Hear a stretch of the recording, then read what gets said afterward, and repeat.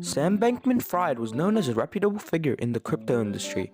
He was the CEO of the crypto exchange FTX, and he was worth as much as $24 billion earlier this year, and FTX peaked at a $32 billion valuation in January.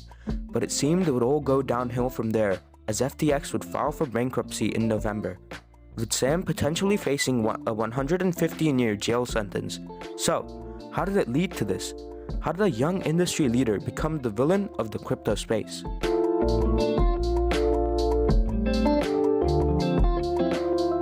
He was born on March 6, 1992 in California. His parents are both professors at Stanford Law School, which is ironic considering his statements and condition as of late. From a young age, he showed ability and skills, particularly relating to maths.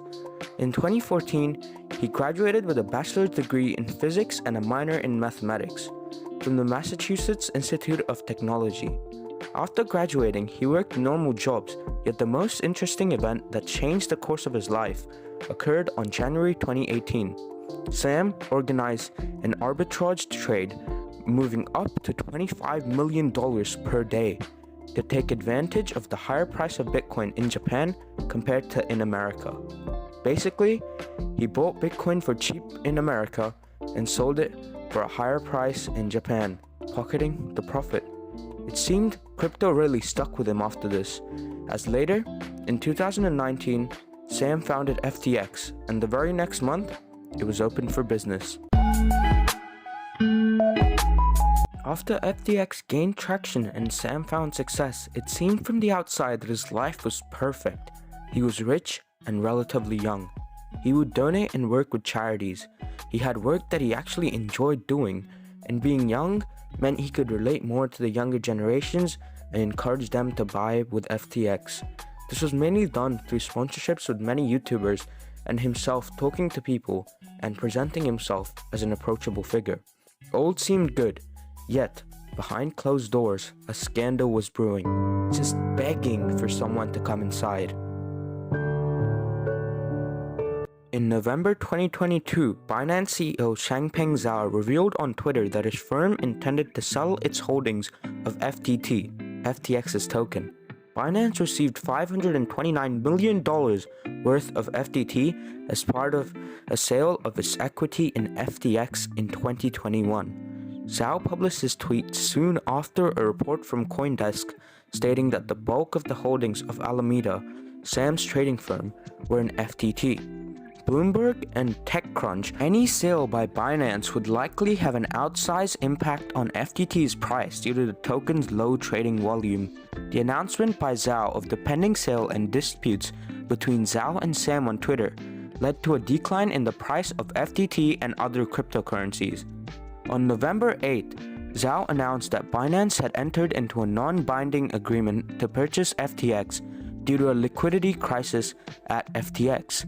Zhao stated that Binance would complete due diligence soon and that all crypto exchanges should avoid using tokens as collateral.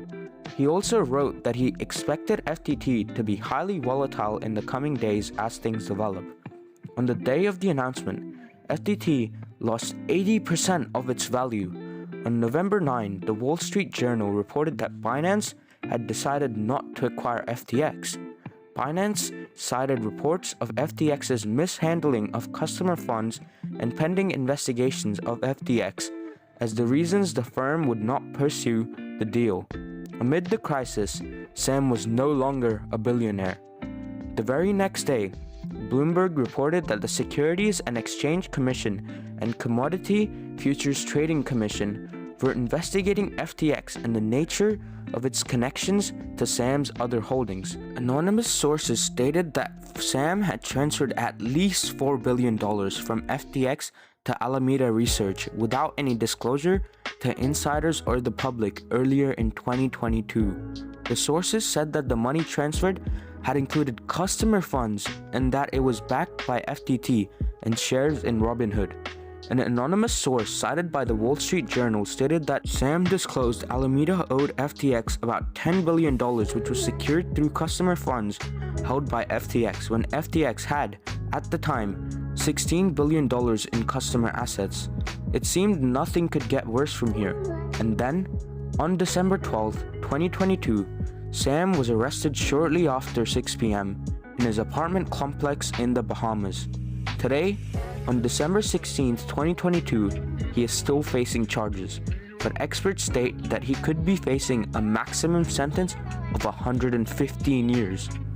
Who knows what is next for the crypto scene, with talks in the federal government going on about regulating exchanges. Needless to say, this marks the end of an era.